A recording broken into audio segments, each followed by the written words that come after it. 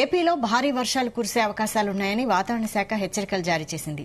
తాజాగా బంగాళాఖాతంలో ఈ నెల 29న అల్పపీడనం ఏర్పడనుంది. దీని ప్రభావంతో ఏపీలో 3 రోజుల పాటు భారీ వర్షాలు కురుస్తాయని విపత్తు నిర్వహణ సంస్థ పేర్కొంది. కోస్తాంధ్ర, రాయలసీమ జిల్లాల్లో వర్షాలు కురుస్తాయని తెలిపింది. వచ్చే 24 గంటల జిల్లాల్లో మోస్తరు వర్షాలు కురిసే అవకాశం ఉంది. సముద్ర తీరం వెంబడి 35 నుంచి 45 కిలోమీటర్ల వేగంతో ఈదురు గాలులు వీస్తాయని సూచించింది. ఈ క్రమంలో పలు జిల్లాలకు ఎల్లో అలర్ట్ జారీ చేసింది.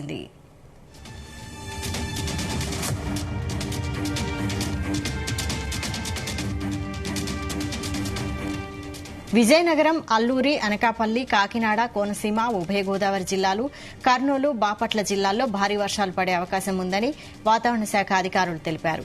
తీర ప్రాంతాల్లో అలల వేగం పెరుగుతుందని తెలిపారు. అంతర్వేది నుంచి పెరుమల్లపురం, కృష్ణా తీరంలో నాచుగుంట నుంచి పెద్దగొల్లపాలెం వరకు అతివేగంతో అలలు వస్తాయని హెచ్చరికలు జారీ చేశారు. నెల్లూరు తీరంలో కోరమండల్ నుంచి వట్టూరుపాలెం వరకు, పశ్చిమ గోదావరి తీర ప్రాంతం అంతటా అతివేగంతో అలలు వస్తాయని పేర్కొంది. ఈ క్రమంలో మత్స్యకారులు అప్రమత్తంగా ఉండాలని, వేటకు వెళ్లొద్దని ఐఎండీ అధికారులు సూచించారు. ఇక ఇదే అంశంపై మరిన్ని డీటెయిల్స్ మా ప్రతినిధి నాగేశ్వరరావు అందిస్తారు. నాగేశ్వరరావు.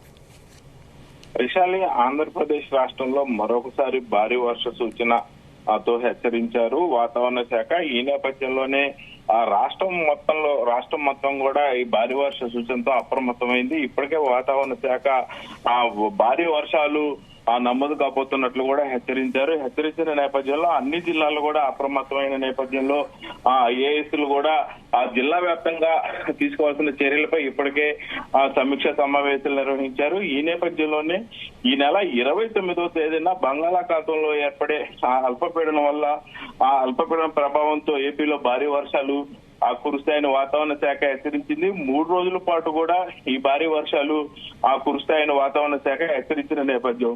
అయితే కోస్తాంధ్ర, రాయలసీమ జిల్లాలో భారీ వర్షాలు కురుస్తాయని, వచ్చే 24 గంటల్లో కూడా కోస్తా జిల్లాలో మోస్తారు వర్షాలు కురిసే అవకాశం ఉన్నట్లు కూడా హెచ్చరించారు వాతావరణ శాఖ. సముద్ర తీరం వెంబడి 35 నుంచి 45 కిలోమీటర్ల వేగంతో ఈదురుగాలులు కూడా వీస్తాయని, ఈ క్రమంలో పలు జిల్లాలకు ఎల్లో అలర్ట్ కూడా వాతావరణ శాఖ జారీ చేసింది. అలాగే ఎవరైతే మత్స్యకారులు ఉంటారో మత్స్యకారులు కూడా రాబోయే 24 గంటల్లో తీరానికి చేరుకోవాలని, ఎక్కడా కూడా సముద్రం లోపలికి వెళ్లకుండా ఉండాలని కూడా వాతావరణ శాఖ హెచ్చరించిన నేపథ్యం. వాయువ్య బంగాళాఖాతంలో అల్పపీడనం ఏర్పడిన నేపథ్యంలో మరో 24 గంటల తర్వాత మత్స్యకారులు ఎవరు కూడా వేటకు వెళ్లొద్దని వాతావరణ శాఖ హెచ్చరించింది. అలాగే రాయలసీమలో ముఖ్యంగా రాయలసీమతో పాటు పలు జిల్లాలో కూడా భారీ నుంచి అతి భారీ వర్షాలు కురిసే నేపథ్యంలో కూడా అప్రమత్తంగా ఉండాలని జిల్లా కలెక్టర్లు అధికారులకు హెచ్చరించారు. అలాగే తీర ప్రాంతంలో మరింతగా గస్తీ నిర్వహించి జాలర్లకి హెచ్చరించాలని కూడా చెప్పిన నేపథ్యం. ముఖ్యంగా చూసుకుంటే విజయనగరం, అల్లూరి, అనకాపల్లి, కాకినాడ, కోనసీమ, ఉభయ గోదావరి జిల్లాలు, అలాగే కర్నూలు, బాపట్ల జిల్లాలో భారీ వర్షాలు పడే అవకాశాలు ఉన్నట్లు వాతావరణ శాఖ హెచ్చరించింది.